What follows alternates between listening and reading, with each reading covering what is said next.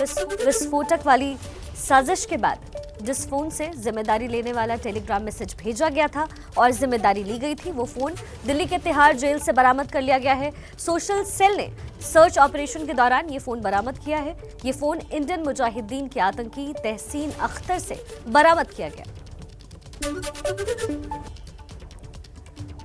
पश्चिम बंगाल चुनाव की सबसे चर्चित सीट नंदीग्राम में आज भी हलचल तेज रहने वाली है। बीजेपी के शुभेंदु अधिकारी के लिए आज का दिन बड़ा है।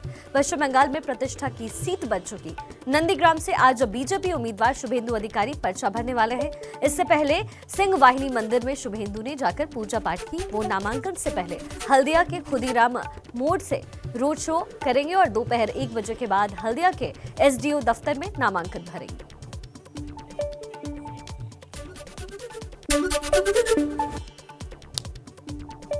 बंगाल की सीएम ममता बनर्जी पर कथित हमले को लेकर टीएमसी का संसदीय प्रतिनिधिमंडल आज दोपहर 12:30 बजे चुनाव आयोग से मुलाकात करने वाला है। वहीं चुनाव आयोग ने भी आला अधिकारियों को आज शाम 5 बजे तक रिपोर्ट देने को कहा है। ममता बनर्जी पर कथित हमले के बाद चुनाव आयोग ने निर्देश दिए हैं कि मुख्यमंत्री और प्रधानमंत्री की सुरक्षा पर विशेष ध्यान देना होगा।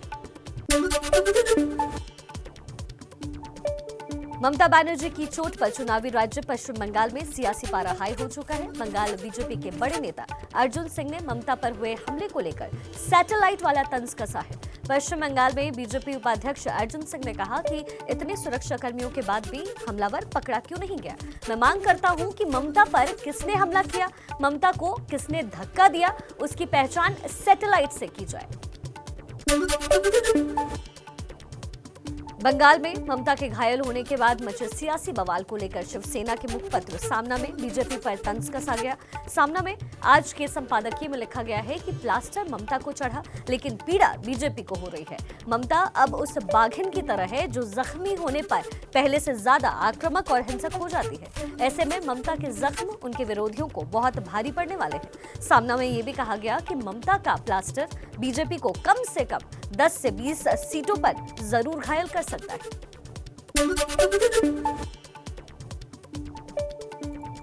बंगाल में कांग्रेस टीएमसी की विरोधी लेफ्ट के साथ मिलकर चुनाव लड़ रही है, लेकिन कांग्रेस खेमे से लगातार ममता बनर्जी के समर्थन की बातें भी निकलकर सामने आ रही है। कांग्रेस के बड़े नेता अभिषेक मनु सिंघवी ने ट्विटर के जरिए ममता का समर्थन किया है। सिंघवी ने कहा कि कामना करता हूं कि ममता बनर्जी जल्द से जल्द स्वस्थ हो जाए, वो राज्य में बीजेपी का मुकाबला करने और हराने के लिए अपनी असीमित ऊर्जा को फिर से प्राप्त करें। देश की आजादी के 75 साल पूरा होने के मौके पर पीएम मोदी आज गुजरात से आजादी का अमृत महोत्सव की शुरुआत करेंगे। पीएम मोदी साबरमती आश्रम से दांडी यात्रा को हरी झंडी दिखाएंगे। इसके बाद पीएम दांडी पुल से प्रतीकात्मक दांडी यात्रा पर निकलेंगे। दांडी मार्च को रवाना करने के बाद प्रधानमंत्री मोदी, मुख्यमंत्री विजय रूपाणी भी प्रतीक रूप से पैदल मार्च करते नजर आएंगे। तीरथ सिंह रावत उत्तराखंड के 10वें मुख्यमंत्री बन गए। अब आज तीरथ के प्लेइंग 11 का ऐलान होगा। आज सुबह 11 बजे तीरथ कैबिनेट में 11 मंत्री शपथ ले सकते हैं। इससे पहले दिल्ली आकर पार्टी के नेताओं से वो मुलाकात भी करेंगे। उत्तराखंड में अधिकतम 11 मंत्री ही मंत्रिमंडल में शामिल हो सकते हैं, जबकि पिछली त्रिवेंद्र सिंह रावत की सरकार में बीजेपी ने 9 लोगों को ही मंत्री बनाया था। यूपी के मुरादाबाद में समाजवादी पार्टी के अध्यक्ष अखिलेश यादव की मौजूदगी में उनके कार्यकर्ताओं ने पत्रकारों के साथ मारपीट कर दी। मौके पर मौजूद एबीपी न्यूज संवाददाता उबैदुर रहमान ने बीच बचाव की कोशिश की तो कार्यकर्ताओं ने उनके साथ भी बदसलूकी की। इस दौरान एक पत्रकार को धक्का मारकर नीचे गिरा दिया गया। घटना के वक्त वहां मौजूद अखिलेश यादव ने पत्रकारों पर ही सवाल उठा दिए। अखिलेश यादव ने तीखे सवाल पूछे जाने पर उनके कार्यकर्ता भड़क उठे थे। देश में एक बार फिर से तेजी से फैल रहा है कोरोना। पिछले 24 घंटे में 22,000 से ज्यादा नए केस सामने आए। 126 लोगों की मौत की भी खबर आई है। दिल्ली में 2 महीने बाद एक दिन में कोरोना के 400 से ज्यादा मामले सामने आए। वहीं 3 मरीजों की मौत भी हो गई। पंजाब में बढ़ते कोरोना की वजह से 6 शहरों में नाइट कर्फ्यू का ऐलान कर दिया गया है। स्वास्थ्य मंत्रालय ने संक्रमण के सैलाब के पीछे लोगों की लापरवाही, टेस्टिंग की कमी और भीड़-भाड़ वाले कार्यक्रम को जिम्मेदार माना है। देश के सबसे ज्यादा एक्टिव केस वाले 10 शहरों में से 8 महाराष्ट्र के हैं। महाराष्ट्र में कोरोना के बढ़ते आंकड़ों की वजह से अलग अलग शहरों में फिर से लॉकडाउन और सख्ती का दौर एक बार फिर से शुरू हो गया है। औरंगाबाद और जलगांव में महाराष्ट्र सरकार ने आंशिक लॉकडाउन लगाने का फैसला किया है। नागपुर में 15 मार्च से 21 मार्च तक आंशिक तौर पर लॉकडाउन का ऐलान किया गया है। महाराष्ट्र के सीएम उद्धव ठाकरे ने कहा कि जहां हालात खराब होंगे वहां सख्त लॉकडाउन लागू किया जाएगा। महाराष्ट्र लोक सेवा आयोग की परीक्षा की नई तारीख का ऐलान आज किया जाएगा। कोरोना की वजह से परीक्षा टालने का छात्र पुरजोर विरोध कर रहे हैं।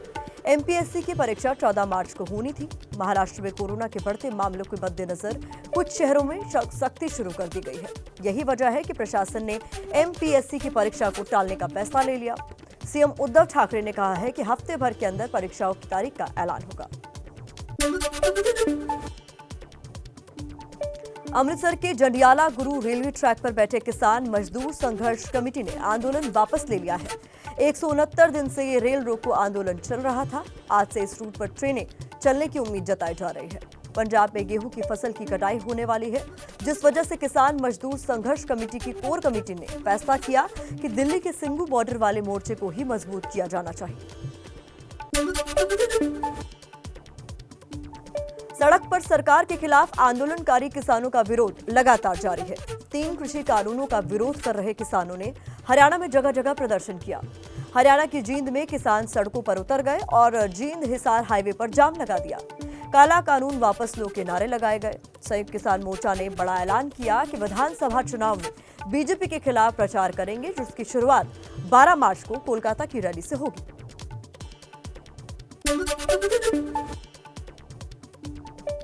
गाजियाबाद की एक पेपर मिल में देर रात करीब 9 बजे भीषण आग लग गई। हादसे की सूचना मिलते ही पुलिस और दमकल विभाग की आधा दर्जन गाड़ियां मौके पर पहुंच गई। करीब 3 घंटे की कड़ी मशक्कत के बाद किसी तरह आग पर काबू पाया जा सका। इस हादसे में 14 लोगों के घायल होने की खबर मिल रही है। 3 घायलों की हालत बेहद गंभीर बताई जा रही है। आग की वजह से मिल को काफी ज्यादा नुकसान पहुंचा है। यह आग किन कारणों से लगी, इसका पता हालांकि अब तक नहीं चल पाया है। दिल्ली के बदरपुर इलाके में अंधाधुंध फायरिंग का वीडियो सामने आया। मुंह पर कपड़ा बांध और हेलमेट पहने 4 शख्स बाबरपुर इलाके में अंधाधुंध फायरिंग करने लगे। करीब 1 मिनट तक लगातार हो रही ये फायरिंग ई रिक्शा चालक दीपक से 20,000 की रंगदारी मांगने के लिए की जा रही थी। फैजल नाम के शख्स पर फायरिंग का आरोप है। इस मामले में पुलिस ने 6 आरोपियों को गिरफ्तार कर लिया है। बेंगलुरु में जोमेटो कंपनी के डिलीवरी बॉय पर एक मॉडल से मारपीट का गंभीर आरोप लगा है। हितेशा का आरोप है कि उन्होंने ऑनलाइन फूड सर्विस जोमेटो से खाना ऑर्डर किया था, लेकिन खाना वक्त पर नहीं पहुंचा, जिसके बाद हितेशा ने जोमेटो कस्टमर केयर से शिकायत कर दी। इसके बाद डिलीवरी बॉय ने हितेशा पर हमला बोल दिया। हितेशा ने पूरी घटना को सोशल मीडिया पर वीडियो के जरिए शेयर किया।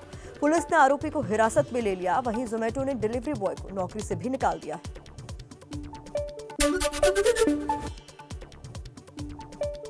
झांसी में शिवरात्रि पर दिखी सौहार्द और भाईचारे की तस्वीर। शिवरात्रि के मौके पर शहर में शिव बारात निकाली जा रही थी।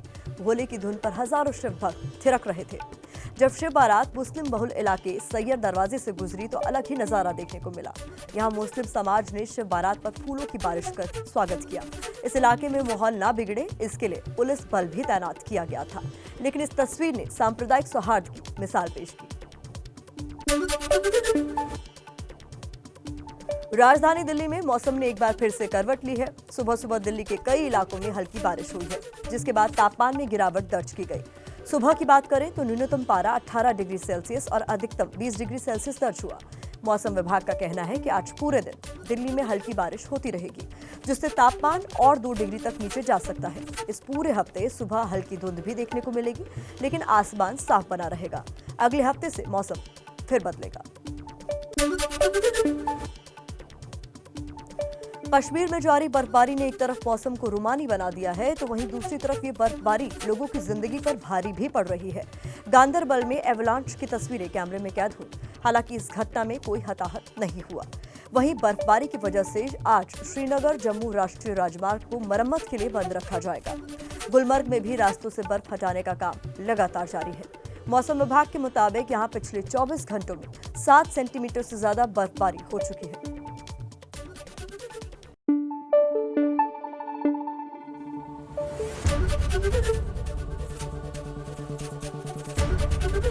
एबीपी न्यूज आपको रखे आगे।